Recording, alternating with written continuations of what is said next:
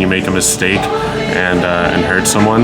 I think inevitably that's part of life and the human experience is building relationships, and also unfortunately kind of like ruining them and then building from them.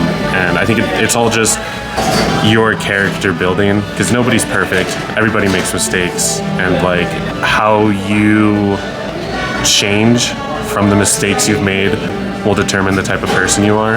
And I don't think that making a mistake and hurting somebody makes you a bad person, because like I said, whether you like it or not, it's going to happen inevitably. You can't make everybody happy, and I think it's really, really important to realize that and be okay with that, and obviously not use it as a crutch to be a bad person. But you know, things happen, life happens, people get hurt, and then you build new relationships, and hopefully you learn from your mistakes and be better.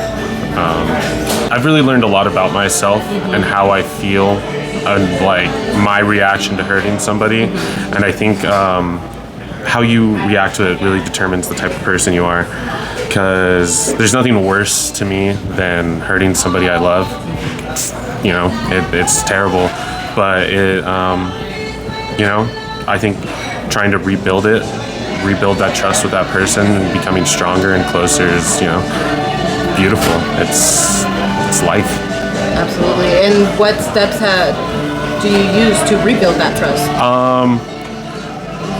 One obviously is communication, the point of intent. I think that there's this really big misconception where if you do something selfish, it makes you a bad person.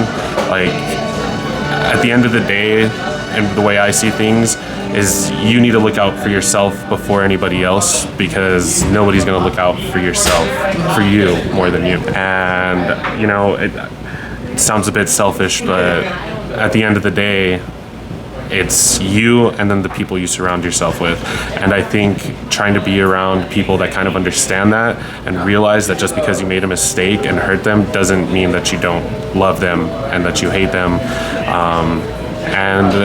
It's just what happens. Have you ever come across a situation in which you're trying to rebuild that trust with the person that's been hurt? Yeah. But they haven't been responsive to it? Yeah, absolutely.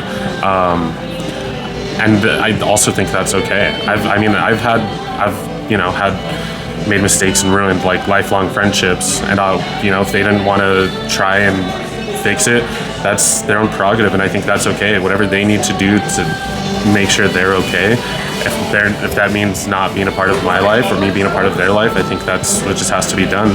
And I think that there's not enough emphasis on moving on, and I think people get too hung up on my partner, for example, like we were with each other for 10 years and then we were broken up and now I don't know what to do. But it's like you just learned so much about yourself in this one experience, and you can take those 10 years to better yourself, learn from it, and then move on. And then your next situation, try to make it better. And nothing has to be permanent, nothing has to last forever. But I think that trying to be okay and with somebody you've hurt and vice versa is a really important part of growing as a person. So let's reverse it. So if you were hurt in an instance in which someone made a mistake, how would you like for someone to approach you in that situation? I think just honesty. I think, I was growing up, I had a really, really close friend, and we had a huge falling out, and we didn't talk for like 5-6 years. And one day he just reached out to me, and I was like, that's all you needed to do. Like, I would much rather have you in my life. Like, nobody's the same person they were a year ago, 2 months ago.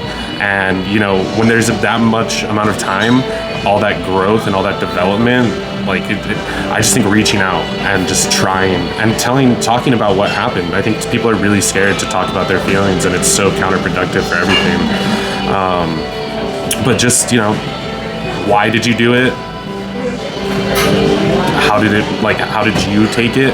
And I think that's all there is. And to try your best and, see life from their point of view, and I don't think people do that enough. They look at how they were treated solely as their own experience rather than, you know, what made them do that. Yeah. You know what I mean? And I think people expect to be treated, you know, like a god or like but nobody's the most important person in the world besides themselves. And I think people need to realize that, and sometimes you have to make selfish decisions for yourself. And you know, there's two sides to every coin. And I think that's the most common quote I have. I had a really